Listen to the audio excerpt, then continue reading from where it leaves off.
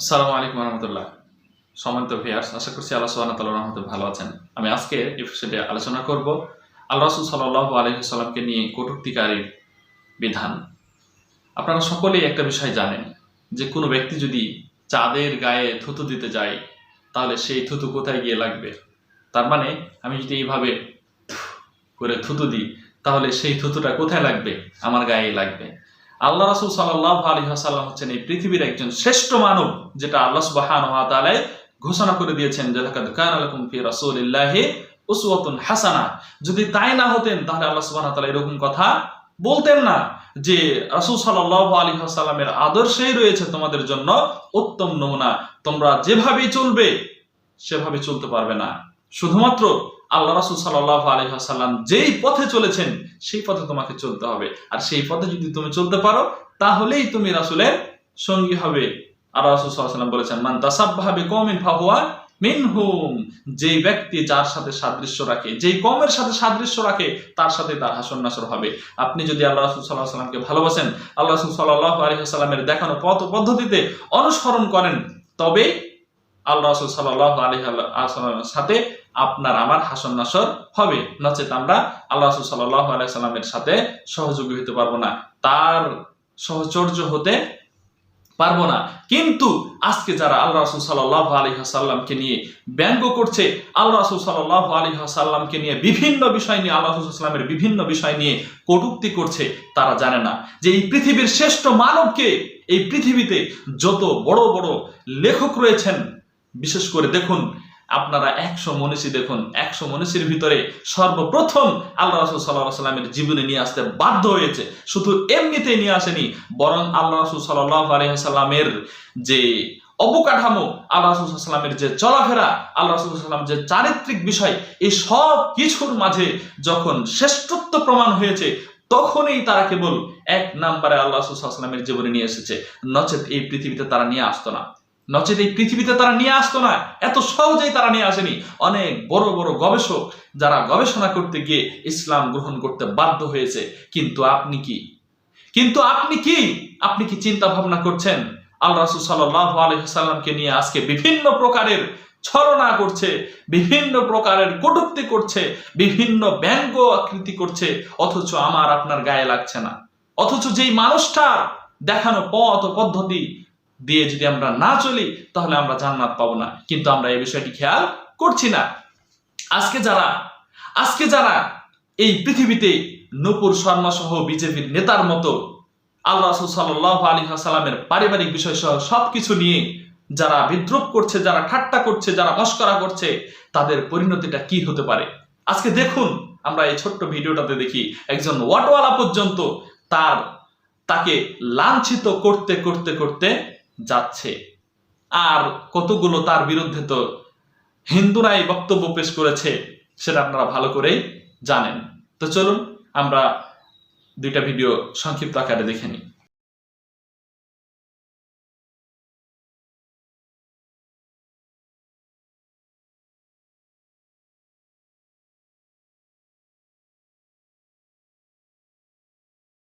वसल्लम दुनिया के ऐसे महापुरुष थे, सबसे पहले आदर्शों को अपने ऊपर ढालते थे तब बताते थे। तो कुरान मजीद की आयतों के, अल्लाह के आदेशों के अनुसार ही आपका जीवन था। कुरान मजीद की सूरा 21 आयत नंबर 107 में अल्लाह का आदेश आया कि ऐ मोहम्मद, हमने तुमको सारी दुनिया के लिए रहमत बनाकर भेजा है, दयालु बनाकर भेजा है। एक बार एक आपके अनुयायी ने कहा, ऐ अल्लाह के रसूल, अपने विरोधियों पर लानत भेजिए और उनके लिए बद्दुआ कीजिए। हजरत मोहम्मद सल्लल्लाहु अलैहि वसल्लम ने कहा, मुझे अल्लाह ने बद्दुआ देने के लिए, लानत भेजने के लिए नहीं भेजा, हमें रहमत के लिए भेजा है, दया के लिए भेजा है। बद्र की लड़ाई में 73 कैदी लाए गए और मस्जिद नबी के खंबे में बांध दिए गए, बंधन कस के बांध दिए गए।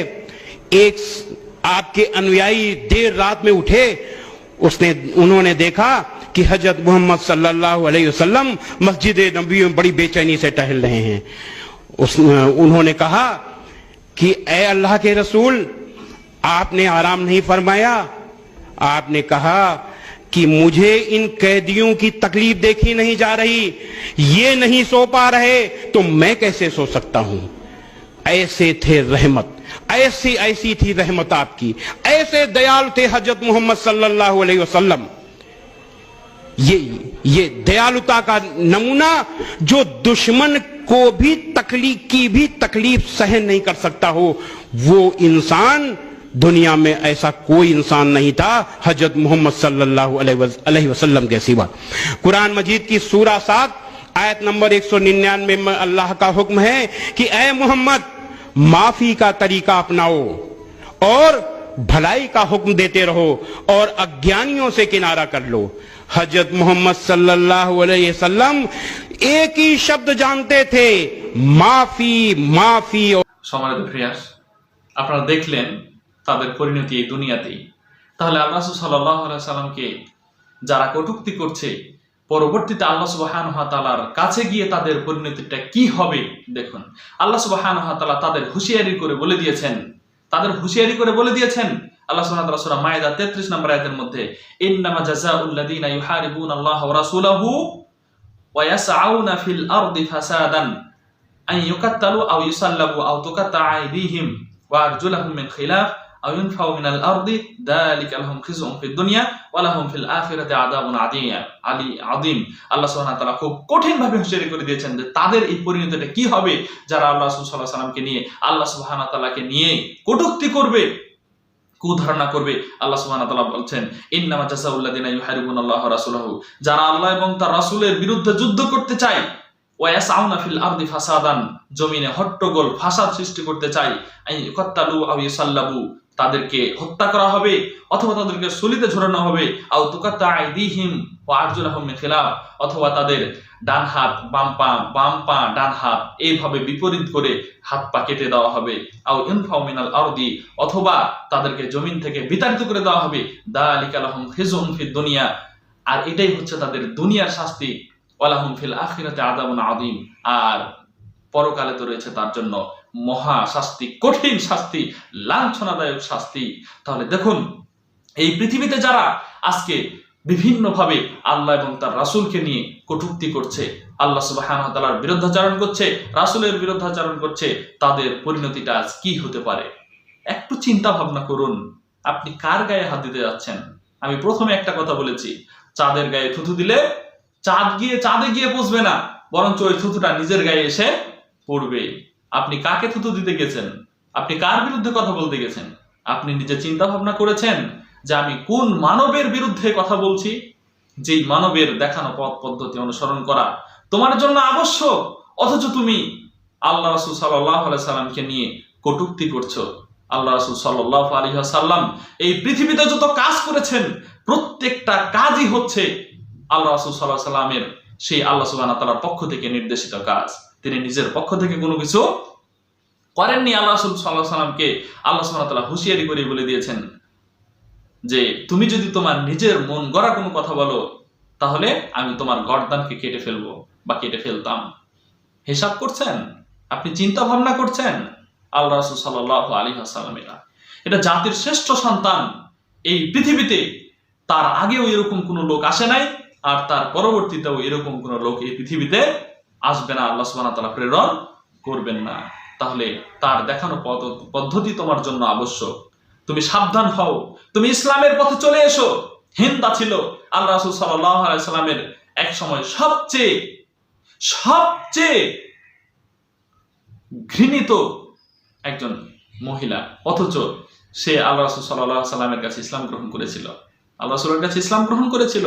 তুমিও বাধ্য হবে একসময় ইসলাম গ্রহণ করতে। আমি তোমাকে বলে দিলাম, অথবা তোমার জাতির মধ্য থেকেই একজন সন্তান বের হবে যে হবে ইসলাম গ্রহণকারী। তোমার জন্য সাবধানতা অবলম্বন করা উচিত। তুমি যে কথাগুলি বলেছো, এগুলি তোমার মুখে মানাই নাই। কারণ পতিতালয়ে গিয়ে যদি কেউ তার মুখটাকে ঢেকে নেয়, বিভিন্ন ভাবে বলি আওড়ায়, এটা তার জন্য হলো না। পতিতালয় তো পতিতালয়ে গিয়া তুমি মুখটাকে আড়াল করবে, দেখাবে যে আমি পতিতালয়ে নাই, না। তুমি তো একজন নষ্টা নারী, আর নষ্টা নারী না হলে কি তুমি একজন শ্রেষ্ঠ মানবের প্রতি এই অপবাদ দিতে পারো?